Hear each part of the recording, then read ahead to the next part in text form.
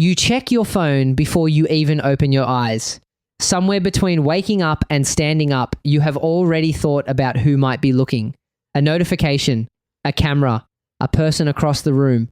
But the real answer is far stranger than habit. It is buried in your nervous system, older than language itself. Scientists have a name for what just happened in your head. It is called social facilitation. Simply put, your behavior changes the instant you sense another mind paying attention to you, not a camera lens. Not even a real person sometimes, just the feeling of eyes. In 1898, a researcher named Norman Triplett noticed something odd. Cyclists rode faster when other cyclists were present, even with no race happening. Just company, just witnesses. He ran one of psychology's first controlled experiments to prove it. Faster times every single time. Why would a body work harder for no prize at all? Because for most of human history, being seen was never neutral.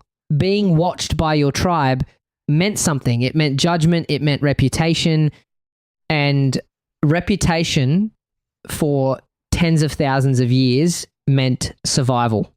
Picture an early human returning from a hunt. If the group saw him hesitate or fail, that memory did not fade. It followed him. It shaped whether he ate that winter, whether he was chosen for the next hunt, whether he found a mate at all.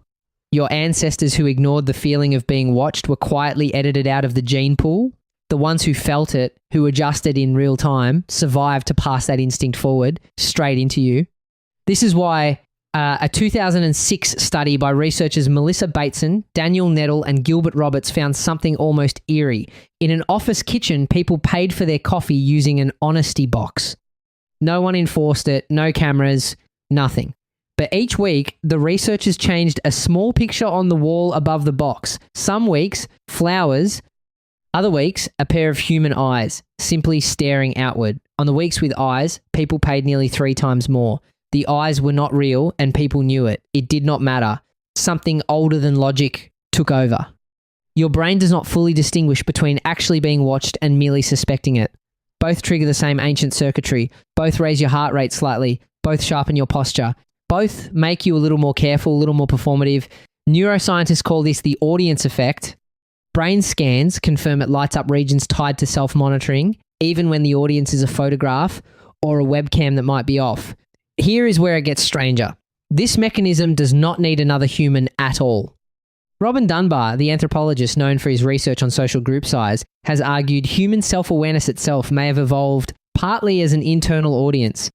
You learn to imagine being watched so convincingly that you built a watcher inside your own skull. That inner voice narrating your choices, judging your outfit, replaying a conversation from an hour ago. That is not random anxiety. That is a survival tool running whether or not anyone is actually there.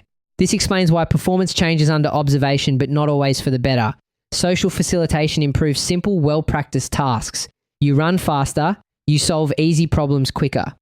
But introduce something difficult, something you have not mastered, and the same watching eyes that boosted the sprinter can collapse the public speaker. Psychologists call this social inhibition, the flip side of the same instinct. The mechanism does not care whether it helps you or wrecks you, it only cares that you were seen. Think about the last time you felt someone glance at your screen. Your shoulders probably straightened before you consciously decided to move them. Think about how differently you walk through an empty parking lot versus a crowded one. Different posture, different pace, a different version of you, assembled in milliseconds, built from an inheritance you never chose. Now consider what this means for a species that has built machines that watch constantly. Cameras on every corner, screens that count views. Platforms engineered to simulate an audience of thousands, even when you are alone in a room. Your circuitry, built for a tribe of maybe 150 people, was never designed for this. It cannot tell the difference between a real crowd judging your worth and a notification counter climbing while nobody is watching at all. This is not a flaw in you, it is not weakness, and it is not vanity. It is a 50,000-year-old survival algorithm doing exactly what it evolved to do in an environment it was never built for.